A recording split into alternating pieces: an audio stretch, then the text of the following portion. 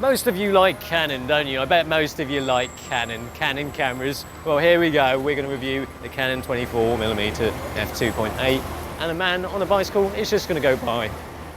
All right.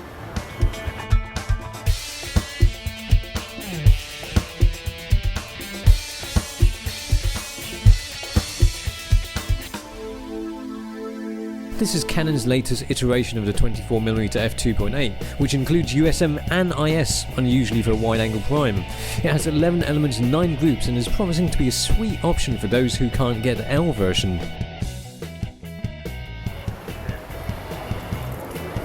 So this is Canon's latest, not so fast apertured 24mm prime lens. It's an f2.8 aperture.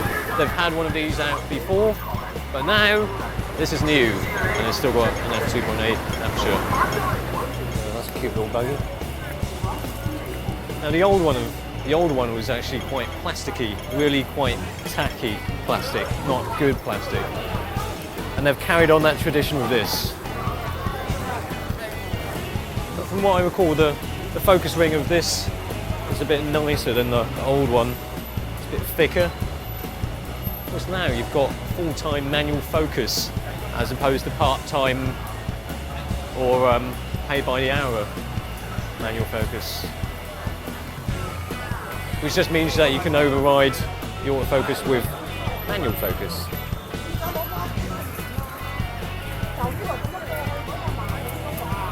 Like that. The trouble with some wide-angle lenses is that they have distortion. Just a very tiny bit of barrel distortion, but otherwise brilliant stuff. There you go. There's your Lambi shot. I don't know if I would get this kind of spot cream. What you end up as? You end up as Ghost. But one neat addition that they've got on this one is that they've got IS on this. Give you 4 extra stops of whatever you want. Colour and contrast are quite superb with this lens. It makes someone dressed like the bastard offspring of Pikachu and a Teletubby look vivid, and like a bastard offspring of a Pikachu and a Teletubby. Just in case she rides a bike, she needs to ride a bike in the dark, doesn't need to change clothes. Handy. Why didn't I think of that?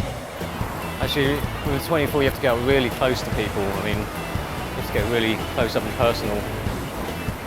Stinking of it. Lambi, can you get some like some sweat wipes or something? Wet wipes.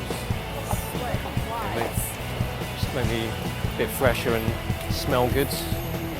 I don't want to go in though because it's pink. The shop. You wear pink stuff? Case proven. I thought I'd wipe the sweat off me so my subjects don't have to smell it, as the fragrance my body is producing is a bit like beef stock mixed with damp cloths. I don't think that dude's wearing safety harnesses. No, he's not attached to anything.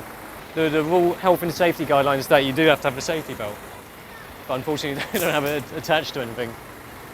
It's on! My belt's on. Oh, look at that. He's like some Bruce Lee shit going on there. I wish I had a tele lens now. Unfortunately, Lambi didn't get any ordinary wipes. No. It says feminine wipes on it. Oh. I don't have those parts. I'm not what.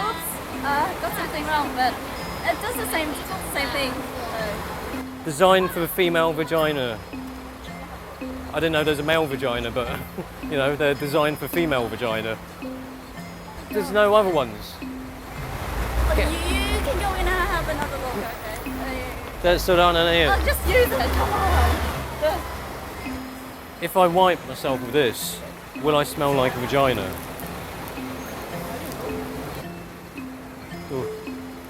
Almost ate it there. It's like any other wipes. It does, I suppose it does smell like a lot of other wipes. But why is it designed for vaginas when it smells like a normal? Maybe I'll do my own. I'll do my own. Yeah, my man penis. It smells feminine, and I probably won't get any yeast infections now. So take that back. I don't Take- need it. Well, you've got a female. Just your bag. Well, you carry for me. You carry for. Oh, you do a review then. I'm going home. See ya.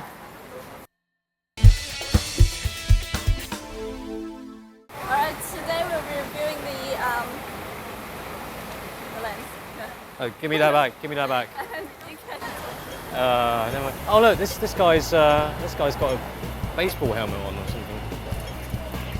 There's vignetting at f3.5 also, which can spoil the show if you have subjects that are partly on the edges of the frame. So anyway, this does perform quite nicely. It's got the IS, as I mentioned before, and also the fact that it's got an ultrasonic motor now. Last time the 24mm f2.8, the one before this, made a kind of a funny noise.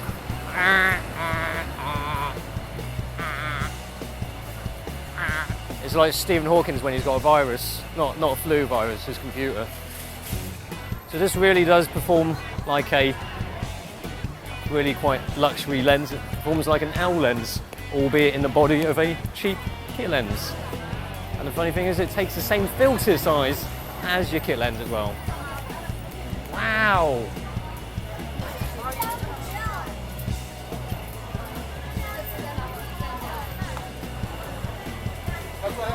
It's not real though, that. The silent focusing is handy when you're getting up close to people. The feeling you get is part stealthiness and part stalkerish.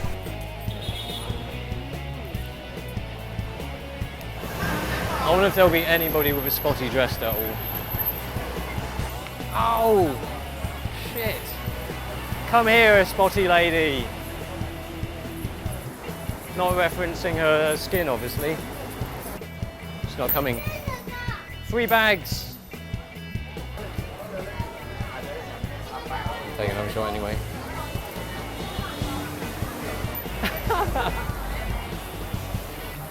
Let me chase after him.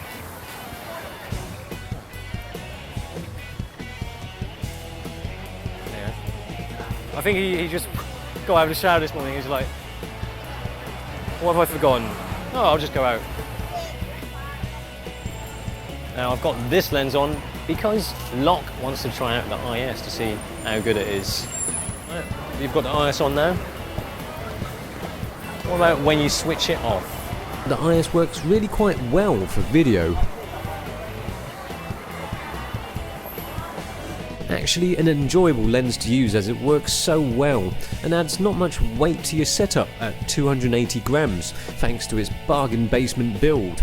But what about the image quality? Let's do some image quality tests. At f2.8 the centre's adequately sharp, but the corners become less adequate with mild softness and noticeable vignetting. There is colour fringing too. By the time you stop down to f4 you're already getting close to optimal performance with better sharpness all round. Still you can see the colour fringing though. Let's have some Lambi bokeh. Put your umbrella back a bit. Oh yeah, a bit all up. There we go. I have to get really in your face though. Again. If you don't mind. I do mind. It's too bad. But I don't have a choice, right? No, not really. Bokeh wide open is alright to not so alright. It can look smooth, but some things look a bit nervous and make you feel like you're looking at it cross-eyed like an inbred clown. At f4 it's decently smooth. Smaller apertures than that and I'm wondering why I ever bothered to take the shots because everything is in focus. This lens is so likeable, it performs great and the image quality is really quite nice. The thing is, this is twice as expensive as the old one and the old one actually performed quite well in terms of image quality. So is this really worth twice the price when this is an L lens territory? If you consider the way that this performs and the image quality that it produces, then this is a great lens. But things change when you put the price into the equation, and also the old non-IS, non-USM version, which was half the price of this. The old one was noisy, but the image quality was pretty good also. If I put myself in the shoes of a Canon user, I don't think I would shell out this much on a lens that has this kind of build quality, with some seemingly not too dramatic changes. It is only worth it if you think that the extra additions are what you need in a prime lens like this. If not, then you can either go for the cheaper one or spend a bit more and get a zoom like the 24-105mm f4L. It's nice, but it all depends if you find it nice for the price.